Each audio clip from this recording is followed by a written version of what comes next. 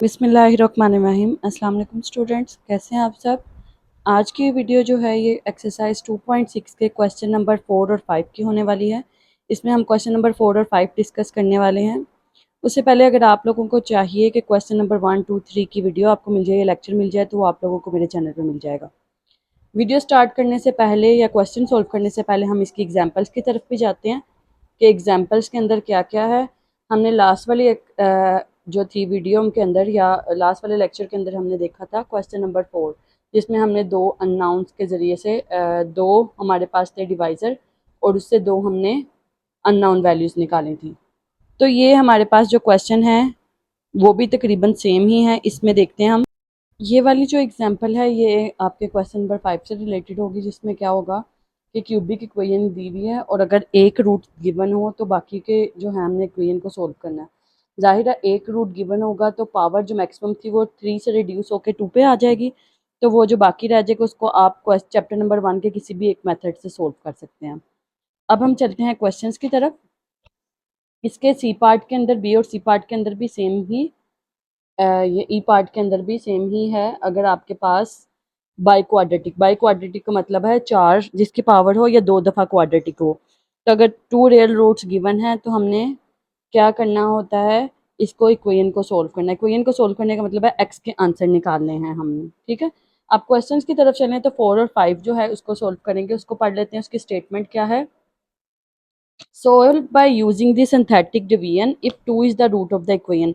अगर 2 root of the equation है this and 3 root of the equation है और -1 क्या है, रूट है इस इक्वेशन का, तो इसका मतलब यही है कि इस इक्वेशन के ज़रिए से इन रूट्स के ज़रिए से हमने इनको सोल्व करना है।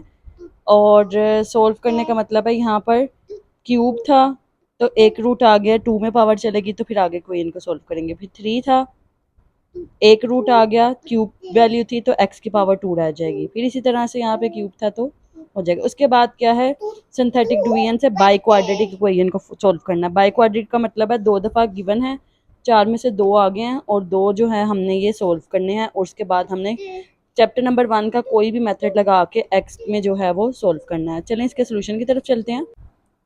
क्वेश्चन नंबर 4 की स्टेटमेंट है solve by using synthetic division. 2 क्या है, इस इक्वेशन का रूट है। हमने इक्वेशन को सोल्व करना है। पहले हम 2 के क्यूब की जगह स्क्वायर की जगह पे 0 आ गया और x के वाली जो कोफिशिएंट है -28 और सिंपल जिसमें x की पावर 0 है वो आ जाएगा 48 हमारे पास।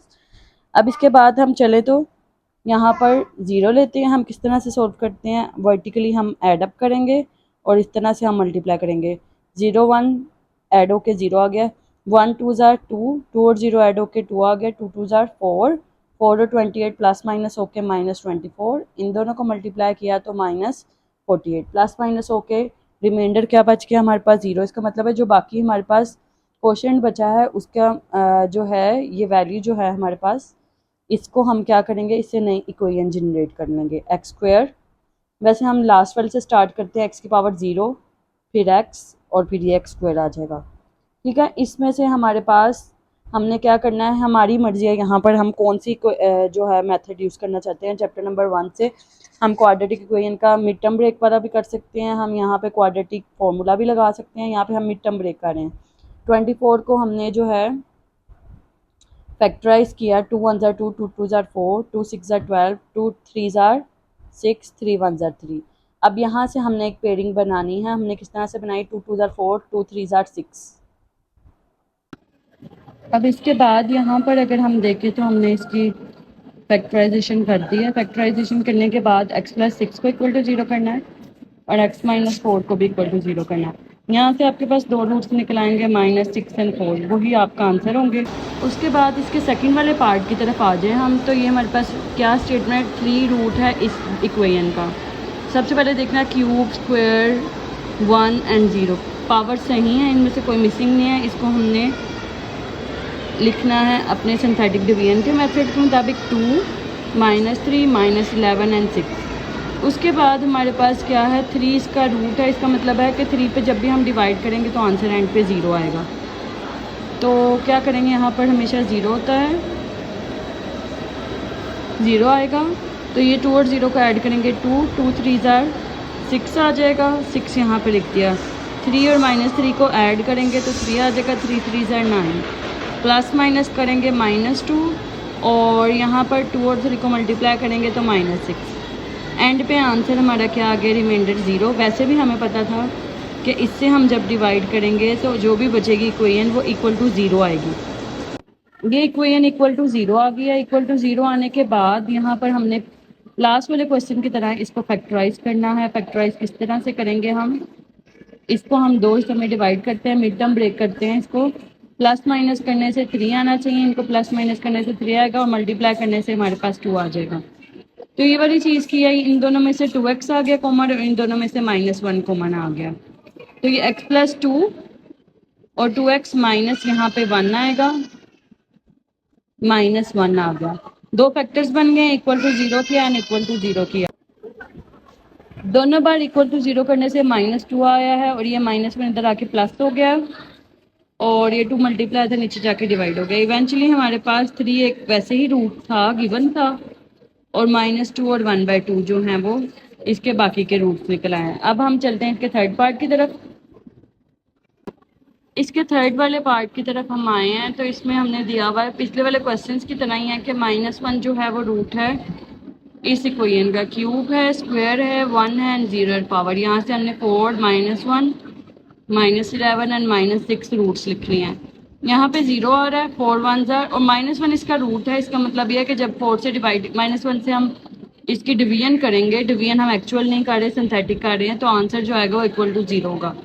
यहाँ पे 0 आ गया, 0 एंड 4 एड अप होके 4 1 -4, मल्टीप्लाई करेंगे माइनस माइनस प्लस, 4 1 4 और यहाँ पर आ जाएगा 5, 5 1 5, माइनस माइनस क्या हो जाएंगे प्लस, प्लस माइनस करने से -6 आ गया और यहाँ पर आ जाएगा हमारा 7, 6 1 minus minus plus, 6 1 6, plus minus करने से एंड पे 0 आंसर आ जाएगा। अब ये वाली वैल्यू जो है इसको भी इक्वल टू 0 करेंगे और लास्ट क्वेश्चन की तरह इसमें हमने क्या करना है, मिड टर्म ब्रेक का फॉर्मूला लगाना है। 8 और 3 में मिड टर्म ब्रेक किया है। 8 और 3 में मिड टर्म ब्रेक करने का मतलब है कि प्लस माइनस करने से जो है इसका -5 है और मल्टीप्लाई करने से 6 4 24 है, तो 8 3 24 आ जाएगा। उसी तरह से हमने इसके मिड टर्म ब्रेक किया। इन दोनों में से 4x कॉमन आ गया, अंदर x -2 रह गया और इन दोनों में से 3x कॉमन रह गया, अंदर x -2 रह गया। x -2 कॉमन आ गया, पीछे 4x + 3 रह गया। अब नेक्स्ट स्टेप पे जाएंगे तो दोनों इक्वल टू 0 होने का मतलब है या तो ये इक्वल टू 0 या ये equal to 0। x -2 equal to 0 and 4x + 3 equal to 0। Plus था उधर जाके माइनस हो गया, 4 मल्टीप्लाई था नीचे जाके डिवाइड हो गया। हमारे पास एक रूट गिवन था, क्योंकि मैक्सिमम पावर 3 थी ना यहाँ पे, तो हम कहेंगे कि 3 आंसर आने चाहिए। -1 एक रूट गिवन था, 2 और -3/4 हमने दो रूट्स निकाले हैं, ये इसका आंसर निकला है। अब हम चलते हैं इसके क्वेश्चन नंबर 5 की तरफ। क्वेश्चन नंबर 5 की स्टेटमेंट आपके सामने है। Solve by using synthetic division if 1 and 3 are the roots of this. पिछले वाले क्वेश्चन में एक रूट गिवन था, अब 2 रूट गिवन है और इसमें मैक्सिमम पावर 4 गिवन है। ये दोनों इसके रूट हैं, इसका मतलब है दोनों पे आंसर का क्या आना चाहिए, एंड पे 0। हमने इसकी सिंथेटिक डिवीजन करनी है। सिंथेटिक डिवीजन इस तरह से आएगी 1 0। अब यहाँ पे क्यूब वाली पावर नहीं है, उसकी जगह पर 0 आ गया, -10 और यहाँ पे सिंपल वाली x वाली वैल्यू नहीं है, 0 आ गया एंड +9। 1 पे करेंगे या पहले 3 पे कर लो, आपकी मर्जी है। 0 और 1 को एडअप किया 1 एंड 1 1 1, एडअप किया 1 1 1, एडअप किया -9 इंटू 1 -9, प्लस माइनस करने से -9, प्लस माइनस करने से 0 आ गया। अब 3 से मल्टीप्लाई करेंगे। अब ये एक स्टेप हो गया, सिंथेटिक डिवीजन में पावर रिड्यूस हो गया 4 से 3 की तरफ। अब दूसरा स्टेप करेंगे। दूसरे स्टेप से क्या करेंगे, वही 0 एंड 1 एड अप होके 1 3 3, 3 और 1 ऐड होके 4, 4 3 12 और एड अप होके 3, इन दोनों को 3 3 9 और प्लस माइनस होके क्या आ जाएगा 0। अब यहाँ पे बन गया 1 4 एंड 3। एक तो रिमाइंडर 0 है, इसके अलावा हमें पता है कि ये क्या है, ये डिप्रेस्ड इक्वेशन का मतलब है यहाँ पर कि सबसे हमने 4 से पावर रिड्यूस करके 2 पे ले आए हैं और ये वाली इक्वेशन भी क्या होगी, इक्वल टू 0। इसको भी हमने क्या करना है, x की फॉर्म में लिखना है पहले और मिड टर्म ब्रेक करनी है। मिड टर्म ब्रेक करने के बाद इस तरह से कुछ आपके पास फैक्टर्स बन जाएंगे और यहाँ पर 1 आ रहा है, x + 1 एक फैक्टर बनेगा और एक x + 3 बनेगा। x+3 और x1+1 को दोनों को इक्वल टू 0 करके -3 एंड -1 निकाल लिए हमने। फिर उसके बाद हमने क्या करना है, -3 और -1 के अलावा जो थे रूट्स हमें 1 और 3 गिवन थे, इन चारों रूट्स को इकट्ठे लिख दिया। इसका मतलब है आंसर इसका ये है। अब चलते हैं इसके सेकंड वाले पार्ट की तरफ। सेकंड वाले पार्ट में सेम टू सेम है। 3 एंड -4 क्या है, इसके रूट्स हैं। 3 और -4 इसके रूट्स होने की वजह ये है कि ये इन दोनों से डिवाइड करें तो आंसर 0 आना चाहिए। हमने इसकी बना ली है सिंथेटिक डिवीजन के लिए, इसकी पावर्स को हमने नीचे उतार लिया है। उसके बाद पहले 3 से कर लिए हैं, -4 से कर ले, 3 से करें 0 आ गया, 3 1 3, 3 3 9। अब पहले ऐड अप करेंगे 5, 5 3 15, ऐड अप करेंगे 2, 2 3 6, ऐड अप करेंगे -8, 3 8 24, प्लस माइनस -24। अब अगले नेक्स्ट स्टेप पे जाएं हम अगर, तो हमारे पास आएगा 1 5 2 -8। अब दूसरे वाले रूट से हम डिवाइड करेंगे क्योंकि 4 से पावर 3 बन गई है। अब 3 के इक्वेशन को भी सोल्व करने के लिए अभी इस वक्त हमारे पास कोई मेथड नहीं है, तो हम 2 में बनाएंगे। तो क्या करेंगे, 4 इधर 0 आएगा, 1 1 एड अप होके 1 आ गया, 1 4 -4, प्लस माइनस करने से 1 1 4 -4, प्लस माइनस करने से -2, 2 2 4, सॉरी 2 4 8, माइनस माइनस प्लस हो गया, प्लस माइनस करने से 0 आ गया। डिप्रेस इक्वेशन इस तरह से बनेगी। इसको भी हमने मिड टर्म ब्रेक किया, इसको +2x और -x में डिवाइड कर दिया। प्लस माइनस करने से हमारे पास x +2, इन दोनों में से x कॉमन आ जाएगा, x +2 अंदर आ जाएगा, इन दोनों में से -1 कॉमन आ जाएगा। यहाँ पे आप -1 लिख लें, -1 कॉमन आ गया, तो हमारे पास दो फैक्टर्स बन गए, x +2 एंड x -1। इसको भी इक्वल टू 0 करेंगे और इसको भी इक्वल टू 0 करेंगे। जब इसको इक्वल टू 0 करेंगे तो +2 उधर जाके माइनस हो जाएगा, इसको करेंगे तो -1 इधर आके प्लस हो जाएगा। दो रूट्स हमारे गिवन वाले थे और दो रूट्स जो अभी हमने निकाले हैं। तो x की मैक्सिमम पावर 4 थी, तो 4 आंसर आ गया। इसके साथ ही ये लेक्चर जो है आप लोगों का ख़त्म हो रहा है। इसमें कोई चीज़ आपको समझ नहीं आई है तो आप लोग मुझसे पूछ लें। इंशाल्लाह मिलते हैं नेक्स्ट वीडियो में 2.7 एक्सरसाइज के साथ और उसकी एग्जांपल के साथ। 2.7 एक्सरसाइज में से हमने स्पेसिफिक क्वेश्चंस करते हैं, मतलब ऐसे हैं कि बोर्ड के पेपर में ही आपको स्पेसिफिक आते हैं।